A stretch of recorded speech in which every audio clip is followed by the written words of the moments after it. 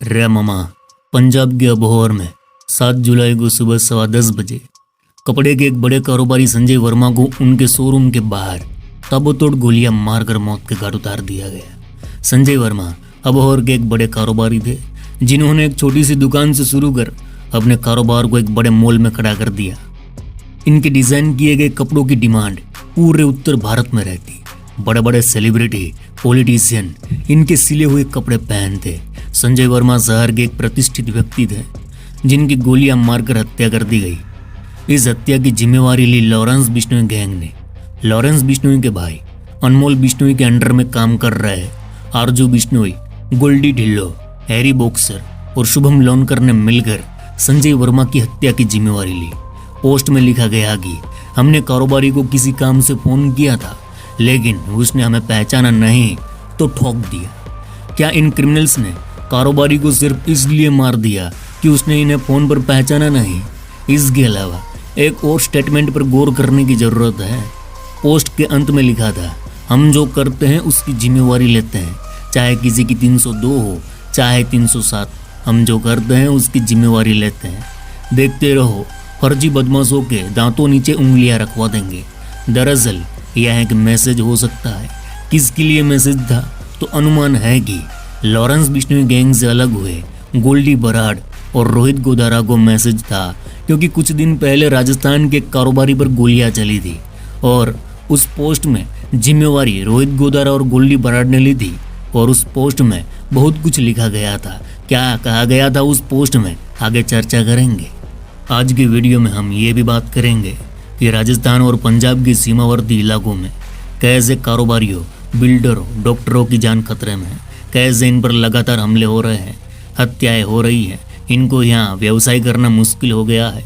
इसके पीछे की वजह है वर्चस्व, दबदबा, खुद को बड़ा गैंगस्टर, बड़ा गैंग साबित करने की जंग। ये जंग किसके बीच शुरू हुई मालूम? तो पुराने बिश्नोई गैंग और बिश्नोई गैंग से अलग हुए नए गैंग के बीच, जिसमें एक और है लॉरेंस बिश्नोई, अनमोल बिश्नोई, आरजू बिश्नोई, गोल्डी ढिल्लो, हैरी बॉक्सर। तो उसके विरोधी गैंग में है गोल्डी बराड़, रोहित गोदारा का गैंग। आखिर ये नई जंग कितनी खतरनाक है? अब तक इस नई जंग में कितनी हत्याएं हुई, किन किन पर गोलियां चली और राजस्थान पंजाब के सीमावर्ती इलाकों में इस नई जंग से कैसे हालात पैदा हो गए हैं? आखिर ये दोनों गैंग्स इतने घातक क्यों हो गए हैं? इन सारे पहलू पर आज के वीडियो में बात करने वाले हैं।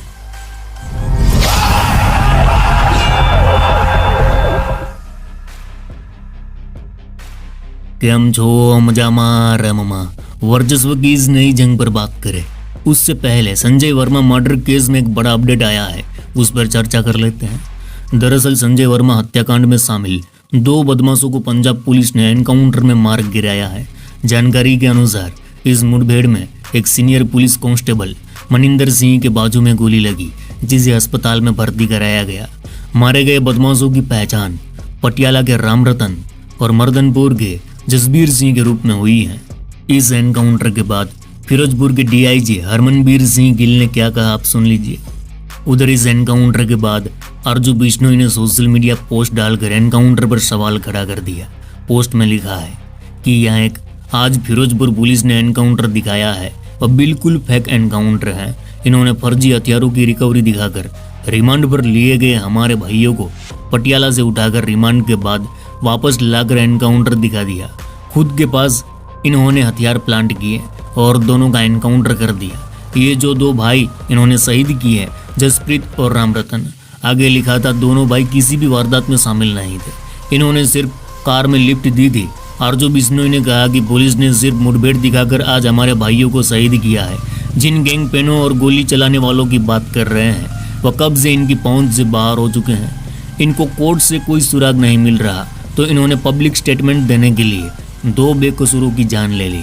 हम अपने गुनाहों से कभी नहीं भागे और ना ही कभी झूठ बोलकर किसी को मारा है। जो किया है सामने किया है। तो पुलिस के मुताबिक संजय वर्मा को 5 शूटर मारने आए थे। 3 बाइक से, 2 कार से, 2 एनकाउंटर में मारे गए, 3 अभी भी फरार है। तो ये थी अपडेट। अब आते हैं अपनी आज की कहानी पर। तो मामा, वर्चस्व की ये नई जंग पंजाब और राजस्थान के बॉर्डर इलाके में तेजी से अपने पैर पसार रही है। इस इलाके में राजस्थान का गंगानगर जिला, हनुमानगढ़ और पंजाब का अबोहर फाजिल का मुख्तसर आता है। क्योंकि वह इलाका है जहां गैंगस्टर लॉरेंस बिश्नोई का गैंग कई सालों से एक्टिव है और इस पूरे इलाके पर बिश्नोई गैंग का एक छत्र राज है। लेकिन अब जब बिश्नोई अलायंस से गोल्डी बराड़ और रोहित गोदारा अलग हो गए तो इस इलाके में पुराने और नए बिश्नोई गैंग के बीच ही वर्चस्व की जंग शुरू हो गई, क्योंकि इसी इलाके में रोहित गोदारा और गोल्डी बराड़ का भी प्रभुत्व था।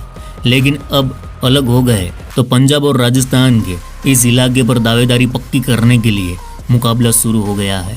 और ये मुकाबला बातों से नहीं, बाहुबल और गोलियों से हो रहा है। ऐसा हम इसलिए कह रहे हैं क्योंकि पिछले कुछ महीने से राजस्थान और पंजाब के इस सीमावर्ती इलाके में कारोबारियों से एक्सटॉर्शन गोलियां चलने की घटनाएं तेजी से आगे बढ़ रही हैं। और इन सभी घटनाओं के पीछे लॉरेंस बिश्नोई गैंग और गोल्डी बराड़ गैंग की अलग अलग भूमिकाएं सामने आई हैं।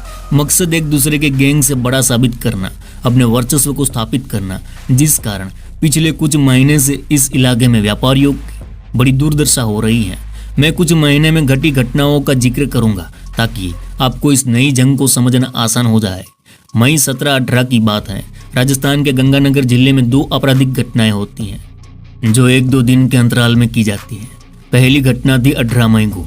गंगानगर के गांव लखासर में महावीर सिहाग को गोलियों से भून दिया जाता है।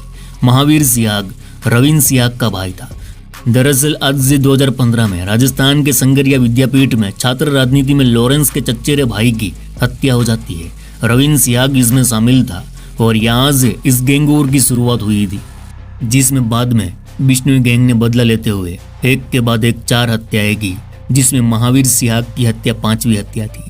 और इस गैंग वॉर को लॉरेंस बिश्नोई गैंग से जुड़े आरजू बिश्नोई ने अंजाम दिलवाया था।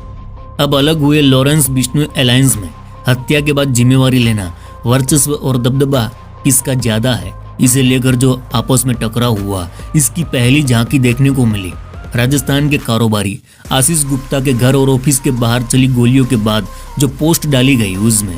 दरअसल इस वारदात की पहली जिम्मेवारी लॉरेंस बिश्नोई के भाई अनमोल बिश्नोई के नाम से ली गई, लेकिन इसके बाद रोहित गोदारा ने भी पोस्ट डाली और अनमोल की पोस्ट को खारिज करते हुए बहुत कुछ लिखा कि जो लोग इसकी जिम्मेवारी ले रहे हैं, यानी सीधा इशारा अनमोल बिश्नोई की तरफ था।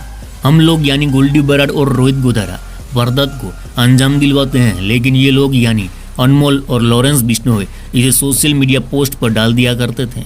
इनका कहने का मतलब साफ था कि वारदात करते हम और क्रेडिट ले जाए ये लोग।